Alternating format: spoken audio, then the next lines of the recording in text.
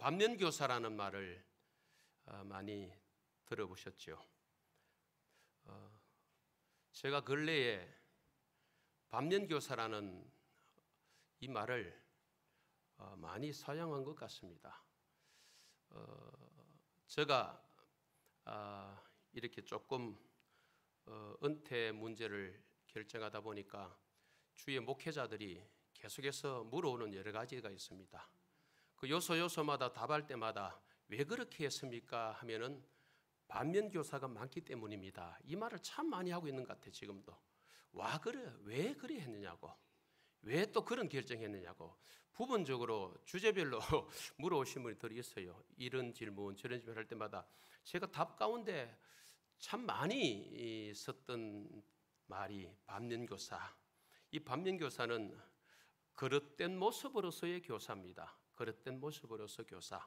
사람이나 사물 따위에 부정적인 면에서 얻는 어떤 깨달음이나 가르침을 주는 대상을 이루는 말이 바로 반면교사다. 쉽게 표현하면은 우리 곁에 있는 누구라 합시다. 아니면은 여러분들께서 누군가 보았던 지인들이라 합시다. 그들에게 있어서 좋지 않는 면이 있죠. 좋지 않는 면, 저건 아닌데 하는 그런 게 있지 않습니까? 그런 걸 보면서 뭘 삼는다 그럽니까? 반면교사로 삼는다. 이 말하죠. 반면교사로 삼는다. 예. 반대로 정면교사가 있습니다. 정면교사는 올바른 모습으로서의 교사입니다. 사람이나 사물 따위에 앞에는 부정적인 면이라면은 정면교사는 긍정적인 면에서 얻는 깨달음이나 가르침을 주는 대상을 이룰 때 우리는 정면교사다. 이런 말을 쓰지요. 우리 성경에 보면은 인물별로 보면은 반면교사도 성경에 많이 나옵니다. 또 정면교사도 많이 나옵니다. 즉, 내가 이런 모습은 본받지 말아야 되겠다는 그런 인물이 성경에 많이 있습니다. 반대로 이런 모습, 이 인물은 내가 닮아야 되겠구나, 본받아야 되겠구나. 정면교사도 성경에는 많이 나오죠. 그리고 어떤 사건을 통해서도 반면교사가 있고 정면교사가 있고 또 어떤 그 환경에 대해서도 반면교사가 있고 정면교사가 있고 성경을 통해서 우리가 얻는 교훈이 많죠.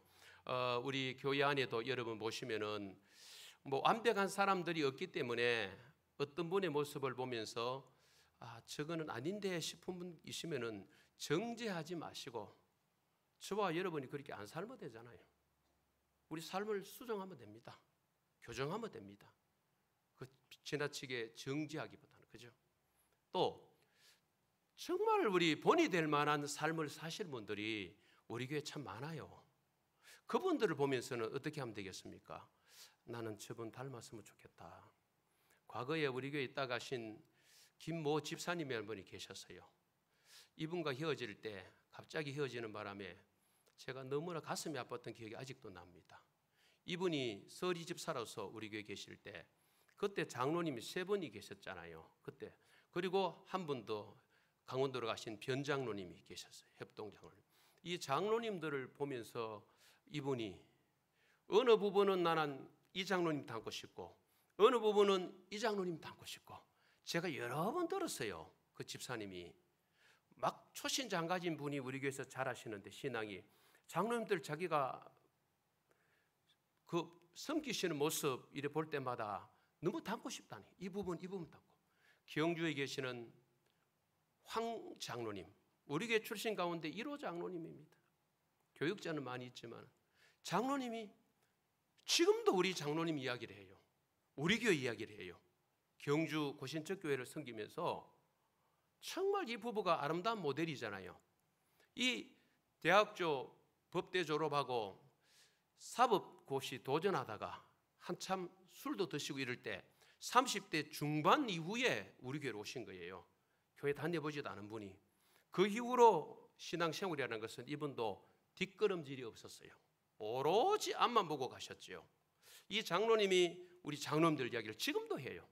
이런 부분은 어느 장로님 본받고 싶고 성관계의 장로님 같은 분도 같은 그런 분이 내가 장로로서 되어야 되겠다고 경주서 그렇게 섬기고 계세요.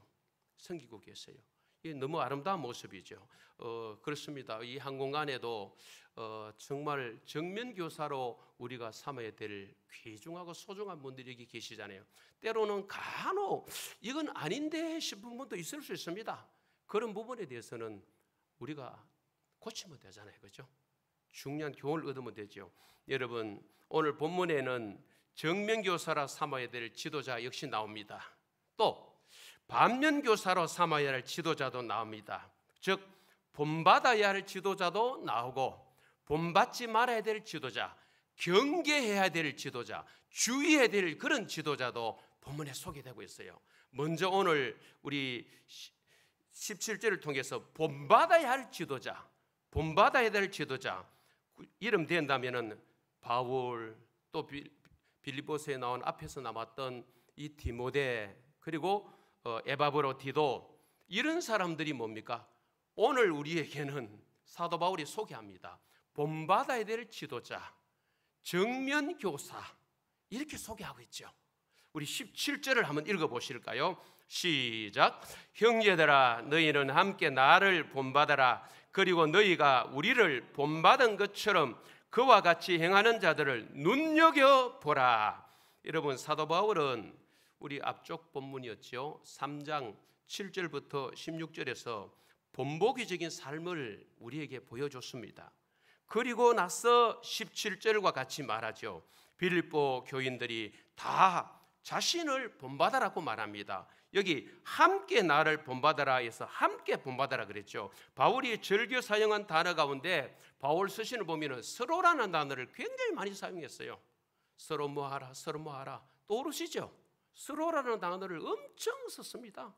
그리고 함께라는 단어를 사도 바울 역시 즐겨 썼습니다.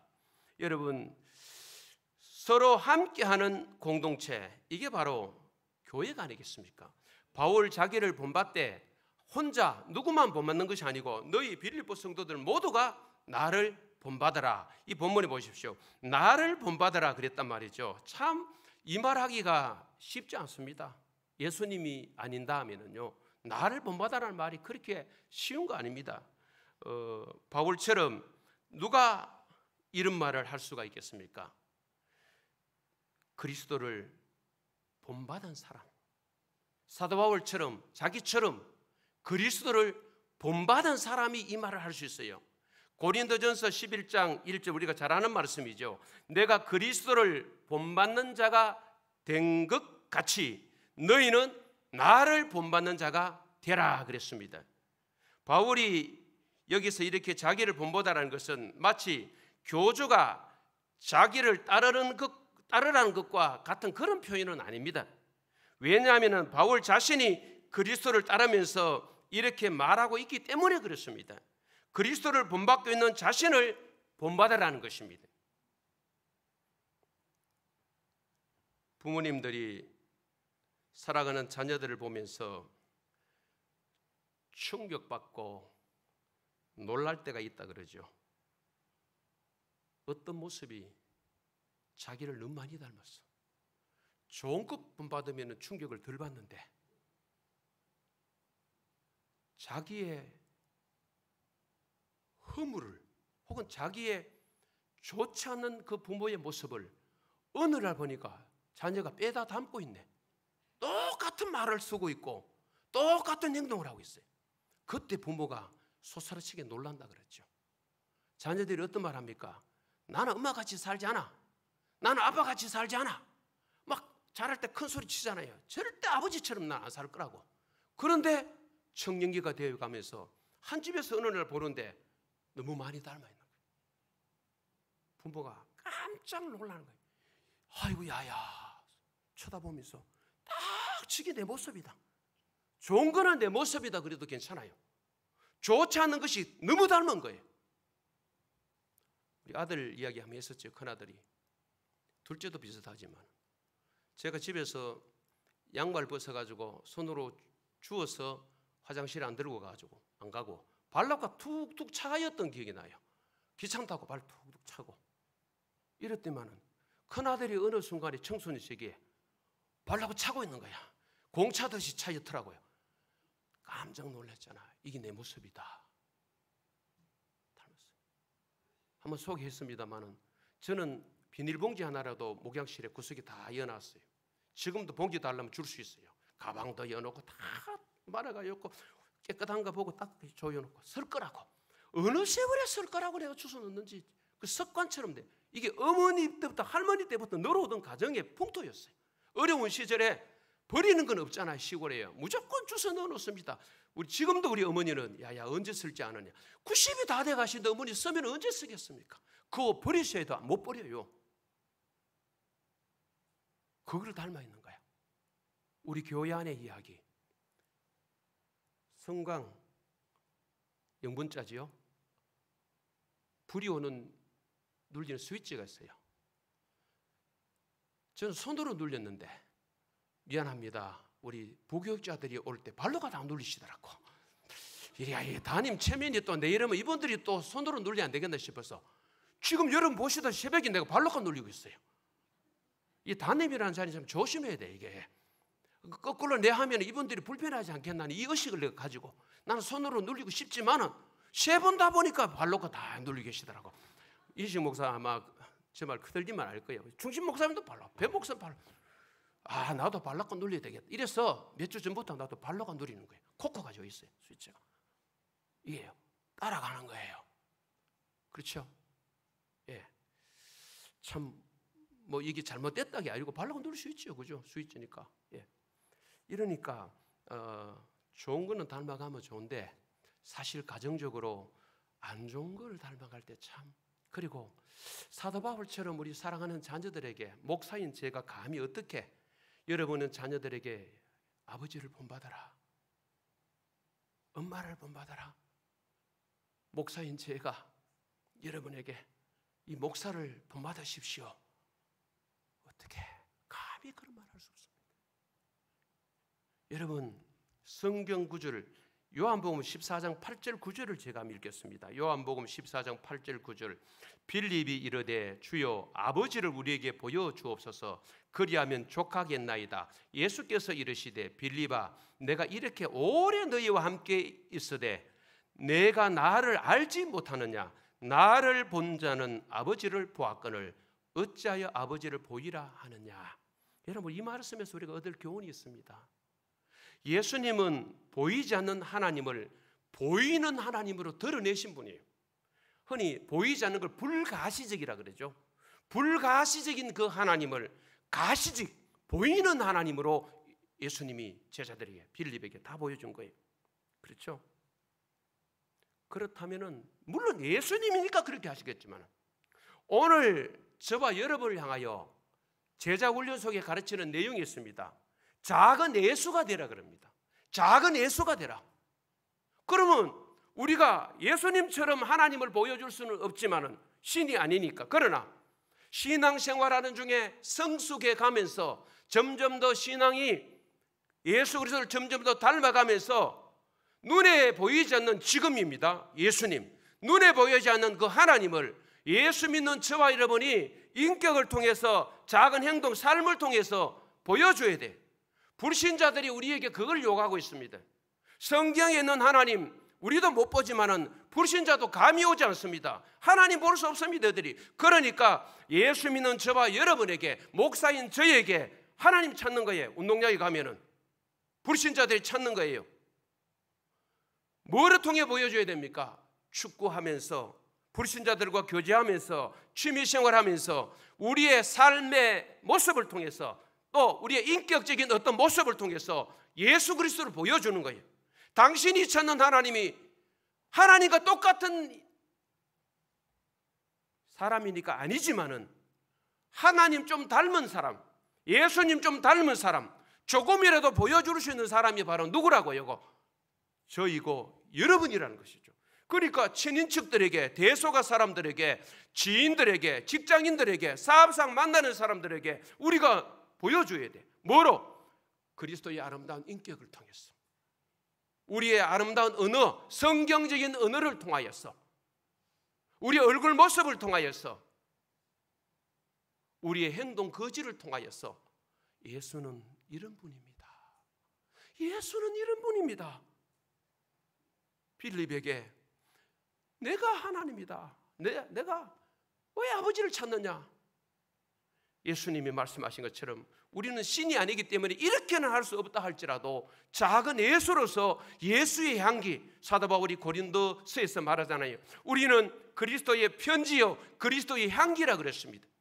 그리스도의 편지로 그리스도의 향기로서 곁에 있는 사람들에게 예수의 모습을 보여주는 것, 이게 바로 뭡니까? 우리의 삶이 아니겠습니까? 그렇죠? 여기 보십시오. 그리고 너희가 우리를 본받던 것처럼 그와 같이 행하는 자들을 눈여겨보라 그랬습니다. 바울을 본으로 삼고 행하는 자들, 그 누굽니까? 아마 디모데나 에바브로디도 같은 사람 아니겠습니까? 예, 이들을 유심히 살펴봐라. 눈여겨보라는 것은 사실은 보고 따르라는 것입니다. 보고 따라라. 우리 곁에 멋진 인생을 사는 분들을 보면서 나도 닮아가야 되겠다, 눈으로 보고 내 삶에 적용하는 것이죠. 이것이 바로 우리의 모습 아니겠습니까? 우리가 그렇게 살아야 되죠. 사도 바울은 그리스도를 본받고, 디모데와 에바브로디도는 그리스도를 본받은 바울을 본받고, 빌립보 교인들은 바울을 본받은 에바브로디도를, 디모데 같은 사람을 뭡니까? 본받는 거죠. 이것은 흔히 본의 사닥다리라 그럽니다. 고전시 가운데 들어보셨을 거예요. 눈 내린 들판을 걸어갈 때 발걸음을 함부로 어지러이 걷지 말라. 오늘 내가 걸어간 발자국은 반드시 뒷사람의 이정표가 되리니. 우리의 발걸음이 얼마나 중요합니까? 시간이라는 길을 걸어갈 때에 가지런하게 걸어가면 우리 뒤를 따르는 사람들에게 이정표가 되고 길이 되어 준다는 것이죠. 여러분, 규암 김야견 목사님을 아실 겁니다. 참 훌륭한 분이지요. 유교 집안에 자라서 뒤늦게 기독교 신앙을 받아들이고 목사가 되었습니다마는 독립운동가 아닙니까?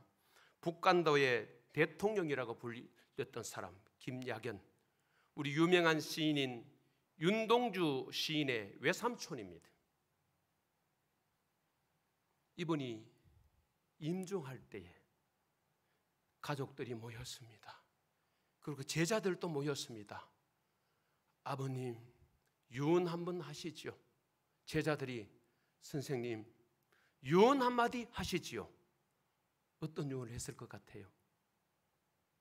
내 삶이 유언이다. 내 행동이 유언이다.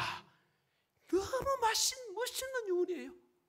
이때까지 살아온 내 삶이 너희들에게 유언이다. 야, 오늘 본문에 나오는 사도 바울이 내가 그리스도를 본받은 같이 너희도 나를 본받아라. 고린도서 11장 1절처럼 오늘 본문에서도 너희들이 나를 본받아라 했던 이 자신 있는 삶 아닙니까? 예수를 본받았으니까 바울이. 이 김야견 목사님도 얼마나 삶이 아름다웠길라. 따로 내 유언 필요 없다. 이때까지 내가 살아온 길이, 내 삶이 너희들에게 유언이다. 내 행동이 유언이다. 이렇게 만나고 죽은 사람이에요. 이 내용을 제가 묵상할 때 저는 이런 목사가 되면 얼마나 좋을까? 내 삶이 설교다. 내 삶이 메시지다. 야, 이렇게 말할 수 있는 목사면 얼마나 좋겠나? 꿈에도 소원인 같아요. 설교 강단을 통해 들어야 됩니다. 그러나 설교 필요합니다. 전해야 됩니다. 그러나 정말 그리스도를 닮은 그 삶, 행동 하나가 여러분에게 던져지는 메시지, 목사의 말 한마디, 목사의 얼굴 표정 하나, 목사의 인격, 목사의 어떤 전체적인 삶, 이런 삶들이 여러분에게 비춰졌을 때에 우리 목사는 설교 때로는 안 하셔도 목사님의 삶이 우리에게 설교입니다. 이런 소리 듣는 목사면은 대한민국이 최고의 목사들 같아. 교인이 뭐 몇만 명이고 그게 중요한 게 아니고 뭐 당신의 삶이 메시지인데요. 당신의 삶이 설교인데요.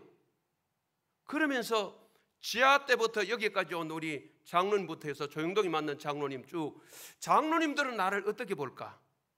이 부분에 있어서 한 2%라도 조금 인정해 주실까? 내 혼자 오만 생각 다 해봤죠.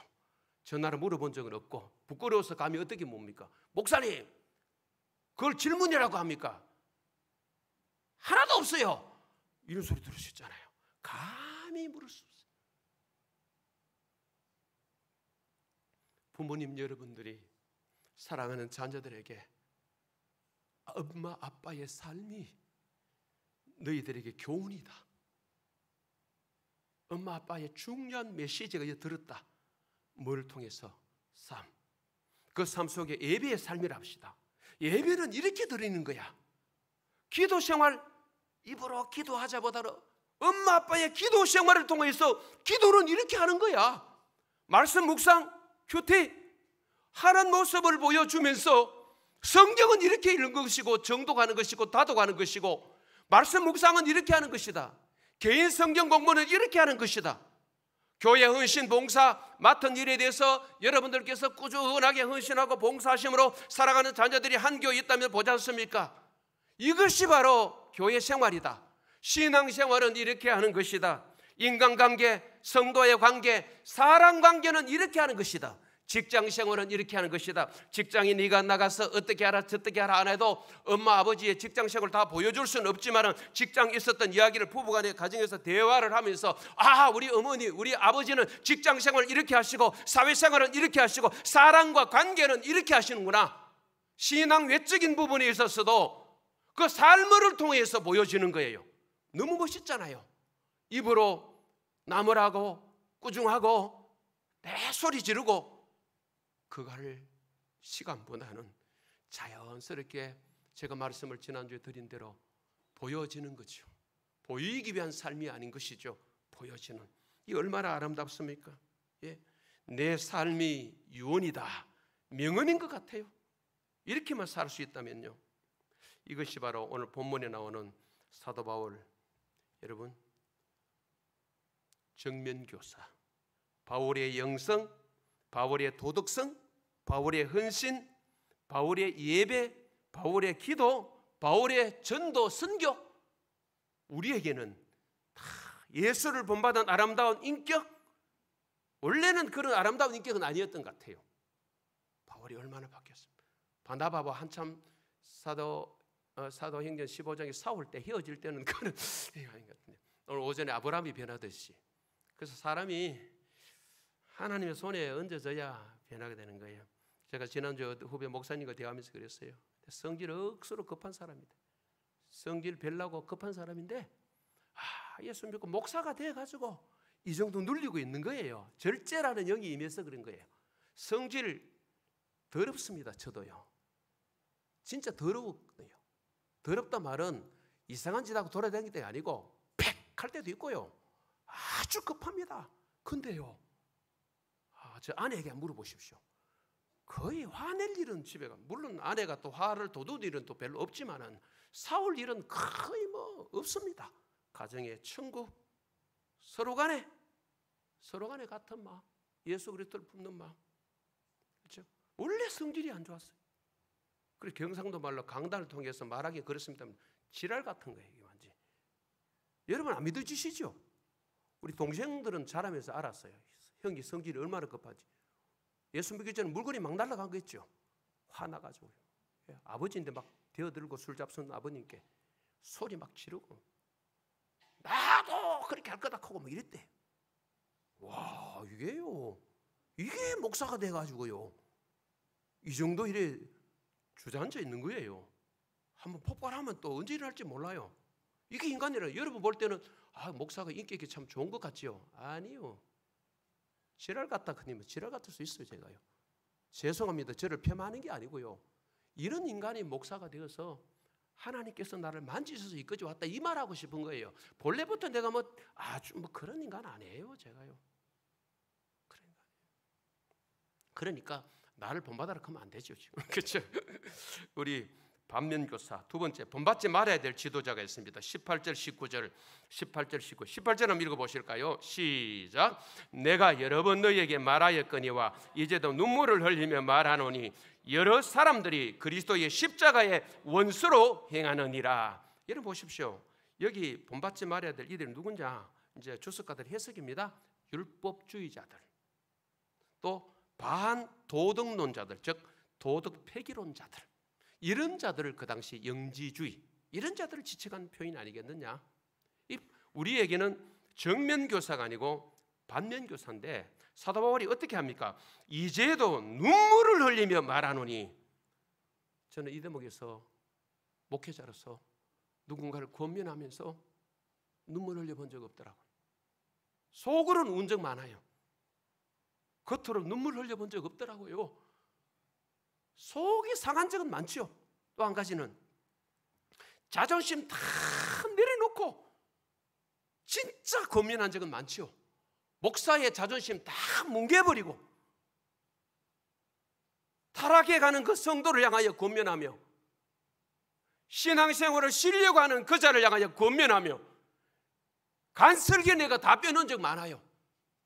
목사 권위 다 내려놓고 그 한 영혼을 내가 건질 수 있다면 진짜 내가 애썼어요. 하나님 아십니다. 내 다 내려놨어요. 뭐 성곽의 단임 목사 자리 다 내려놓고 그 자리 내려놓고 그 권위 내려놓고 진짜 제가 붙들고 늘어지면서 장시간 전화하면서 눈물로 마음으로 울면서 내가 호소해 본 적이 있지만은 겉으로는 바울처럼 이렇게 운 적은 없더라고요. 이 설교를 준비하는데 떠오르잖아요. 그 과거에 고민했던 사람들 얼굴이 다 떠올라요. 목회 중에요. 속은 많이 상하지요. 그리고 그런 신앙적인 어떤 고민을 하면은 교회를 떠나가기도 하고 목사인데 상처받았다 가기도 하고 또 한 가지는 뭡니까? 나를 억수로 그분들이 싫어했어요. 신앙적인 어떤 고민을 하면요. 근데 그거 알지요. 알지만은 목회자로서 해야 될 일이 뭡니까? 떨어져 내리는 영혼들, 주를 떠나가는 그 영혼들, 말씀 밖으로 나가는 영혼들, 타락해서 세상으로 가는 그 영혼들을 향하여서 목사가 가만히 있으면 되겠습니까? 할 수 있는 데까지 하죠.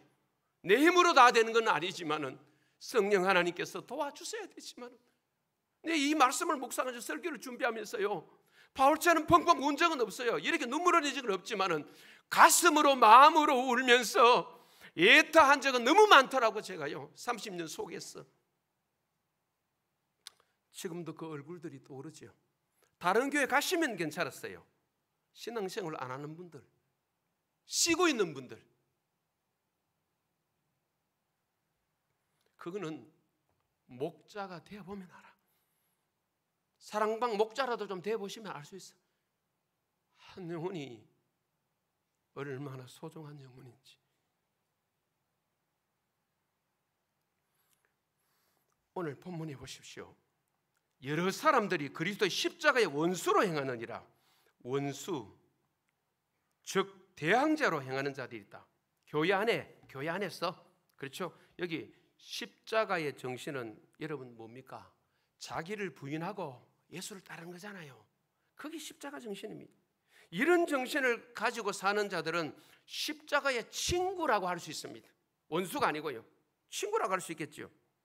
십자가 정신과 반대되는 자기 탐닉의 정신으로 사는 자들을 사도 바울은 십자가의 원수들이라 그랬습니다.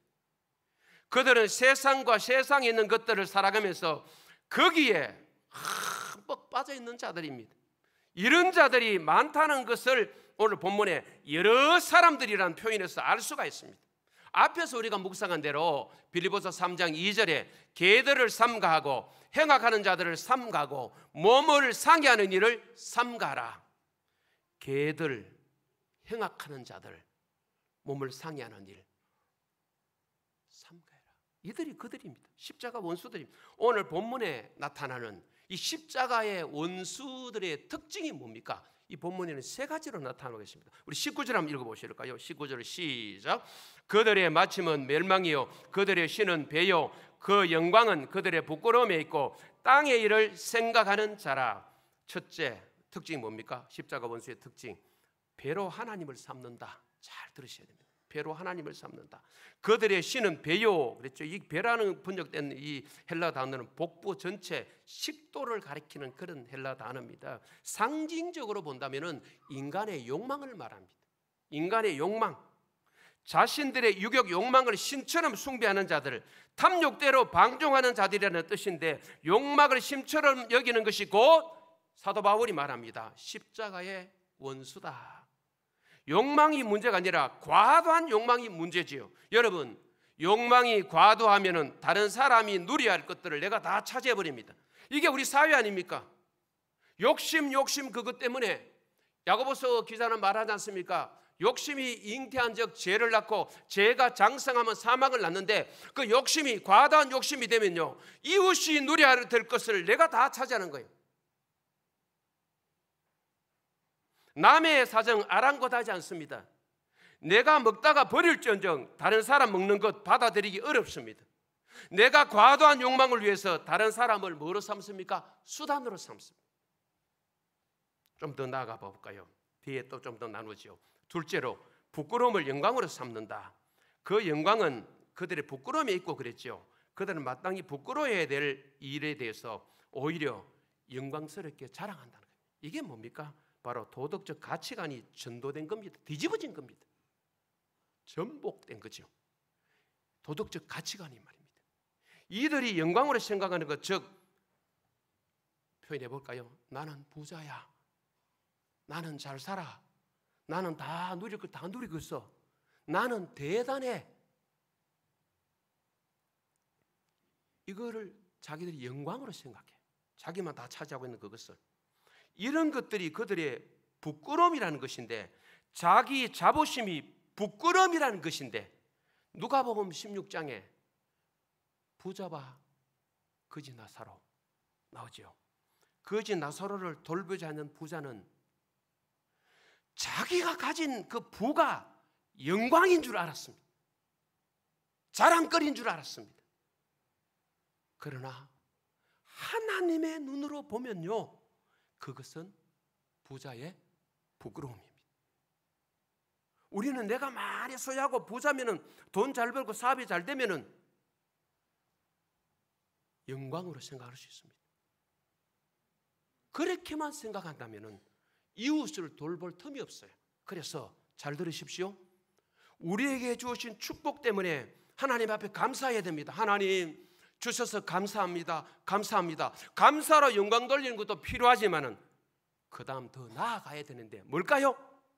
하나님, 내게 주신 것을 이웃과 함께하게 하여 주시옵소서.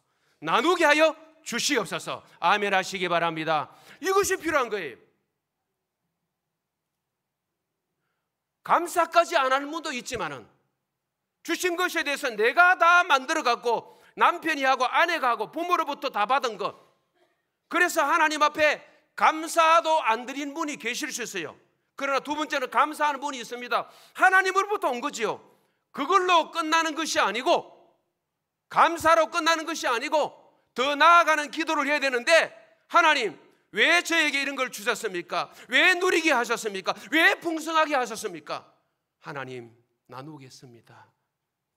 정말 어려운 이웃을 향하여서 제가 손을 내밀겠습니다. 흘러보내겠습니다. 도와주십시오. 이 기도까지 연결되는 것이 성숙한 신앙인의 모습이라는 것이죠. 넘어갑니다. 부끄러움을 영광으로 삼아서는 안 되겠죠. 세 번째 특징이 땅의 일을 생각한다. 여기 땅이라는 것은 지상, 세상이라는 뜻입니다. 세상의 일들을 생각하는 자들이라는 뜻인데, 바로 우리에게는 세상에만 묶여있는 이런 십자가 원수의 삶의 특징이 없는지 세 가지 말씀드렸습니다. 우리 19절을 통해서 배로 하나님을 삼고 부끄러움으로 영광을 삼고 땅의 일만 생각하는 이 특징인데, 이들의 끝은 어떻습니까? 19절 상반절에 그들의 마침은 뭐라고요? 멸망이다. 이렇게 딱 정리합니다. 하나만 더 말씀 보고 나는 마칠까 합니다. 우리 20절 21절을 통해서 그러나 우리는 어떻게 살아야 됩니까? 우리 20절 한번 읽어보실까요? 시작. 그러나 우리의 시민권은 하늘에 있는지라 거기로부터 구원하는 자 곧 주 예수 그리스도를 기다리노니. 여러분 우리 두 가지를 좀 볼 수 있는데 20절 하반절 또 21절 그리고 20절 21절을 통해서 20절에 방금은 우리는 첫째는 하늘의 시민이다. 이걸 기억하셔야 돼요. 20절 상반절에 그러나 우리의 시민권은 어디에 있다 그랬습니까? 하늘에 있는지라. 바울은 자기 정체성을 분명히 알죠. 여기 시민권이라는 것은요, 구원받은 성도의 본래의 소속이 어디란 말입니까? 천국이라는 것이죠. 시민권을 주는 의미, 시민권의 의미가 뭐겠습니까? 소속, 권리와 의무, 그런 의미가 있죠. 바울은 땅의 일을 생각하는 유격주의자들을 경계하면서 빌립보 교인들에게 우리의 시민권 어디 있다 그럽니까? 하늘에 있다. 이게 기독교인의 정체성입니다. 하나님 나라를 꿈꾸는 자들은 천국 시민권을 가진 자들인데 하나님 나라에 없을 것 같은 그런 것들을 내가 하고 살면은 천국의 삶이 아니에요. 여러분 계시록의 22장에 보면은 천국에 가면 없는 것들이 있죠. 뭐도 없다, 뭐도 없다. 눈물도, 근심도, 질병도 뭐 없겠, 사망도 없겠죠. 또 한 가지 뭘까요? 한 가지뿐 아니라 천국에 가면 없는 것들이 많이 있죠. 미움이 없습니다. 시기도 없습니다. 질투도 없습니다. 정죄함도 없습니다. 불평, 다툼, 원망 없습니다. 그렇다면 저와 여러분이 이 땅에서 천국의 삶을 살려면은 천국에 가면은 없는 것들을 죄내야 됩니다. 천국에 가면 있는 것들은 자꾸 가져야 됩니다. 우리가 이 땅에서 천국을 삶을 산다 그러면서 지상 천국, 즉 저 하늘을 없애고 천국이 아니고요. 이미 임한 하나님 나라 천국을 경험하며 우리가 이 땅에서 천국을 경험하다가 완전한 천국에 갑시다 하잖아요. 이 땅에서 경험하는 천국을 정말 경험하려면은 어떤 경험해야 됩니까? 천국에 가면은 없는 것들, 그거를 내가 다 하면서 내 천국입니다. 이 땅이 내 삶이 천국 이렇게만 안 돼요. 그거 없어야 돼요. 천국에 가면 없는 것들 없어야 된다니까요. 천국에 불평이 없습니다. 원망이 없습니다. 시기, 다툼, 질투가 없습니다. 싸움이 없습니다. 그러면 지상에서 저와 여러분이 천국의 삶을 살고 완전한 천국으로 가려면은 이런 것들을 제내야 되는데 우리는 의인이 똑같이 불신자처럼 살아가면서 내가 천국 사람이래, 시민권을 가졌대, 하나님의 백성이래, 천국을 소유했대. 거짓말. 신분은 천국을 얻었는지 몰라도 삶이 천국이 아니잖아요. 이걸 우리는 재내야 되는데 안 재내고 가지고 살고 있어. 지난 한 주간도 이런 삶이 너무 많아서 찢고 뽑고 그러죠. 다투고 싸우고 미워하고 정죄하고 불평하고 원망하고 짜증내고 화내고 이러면서 천국이, 내 마음이 천국이래. 무슨 천국이야 그 마음이. 천국이 이런 것들이 없는데, 없는 것들을 내가 소유하면서 천국이래. 저는 이 삶이 보여지는 거 있죠. 목사도 마찬가지입니다. 이런 삶이 보여요. 무슨 내가 천국이냐? 지옥 생활을 하고 있구만 지금. 야, 이 중요한 대목입니다. 이게 시민권, 하늘나라 시민인데 우리는 하늘나라 시민답게 천국으로 사는 자답게 살아야 된다는 것이죠. 아멘 하시기 바랍니다. 20절 하반절 21절에 구원의 주를 기다리는 자다. 우리는 두 번째 하늘나라 시민이고 구원의 주를 기다리는 자다. 20절 하반절에 보세요. 성도는 그리스도를 소망하는 자들이고 21절은 그리스도의 재림으로 성도에 일어날 축복에 대한 언급인데 우리가 기다리는 구원자는 우리의 몸까지 변화시키는 분입니다. 그렇죠? 낮은 몸을 자기 영광의 몸의 형체로 변화시키는 분이다. 이렇게 말씀하겠죠. 여기까지 말씀을 나누겠습니다. 여러분 오늘 이 말씀을 다시 한번 점검해 보시고 짚어봅시다. 여러분 사도 바울은 자기를 본받아라, 나를 본받는 자 되라. 바울 정말 예수 그리스도를 본받았기 때문에 이런 말을 할 수가 있죠. 우리 이 땅에는 정면교사도 있고 반면교사도 있는데 여러분들께서는 여러분과 관계하는 많은 사람들에게 정면교사입니까? 반면교사입니까? 본받아야 될 자로 살고 있습니까? 누군가에게 본받지 말아야 돼 저 사람은, 그런 삶으로 살고 있습니까? 돌아보시면 돼. 이제 저도 돌아보고 똑같아요. 그렇죠? 예, 오늘 17절과 18절 19절 딱 통해서 본받아야 될 지도자, 본받지 말. 정면교사, 반면교사. 그 십자가 원수의 특징이 배로 하나님을 삼는다. 부끄러움을 영광으로 삼는다. 땅의 일만 생각하는 거예요. 이들은 곧 멸망할 겁니다. 그러나 우리는 하늘의 시민, 우리 정체성을 파악하십시오. 이 땅에 비록 발을 땅에 디디고 살지만 우리는 하나님 나라 시민이다. 천국 백성이다. 천국 백성으로서 살아야. 천국에 없을 것 같은 것은 다 이 땅에 살면서 재내야 됩니다. 그래 천국이 되죠.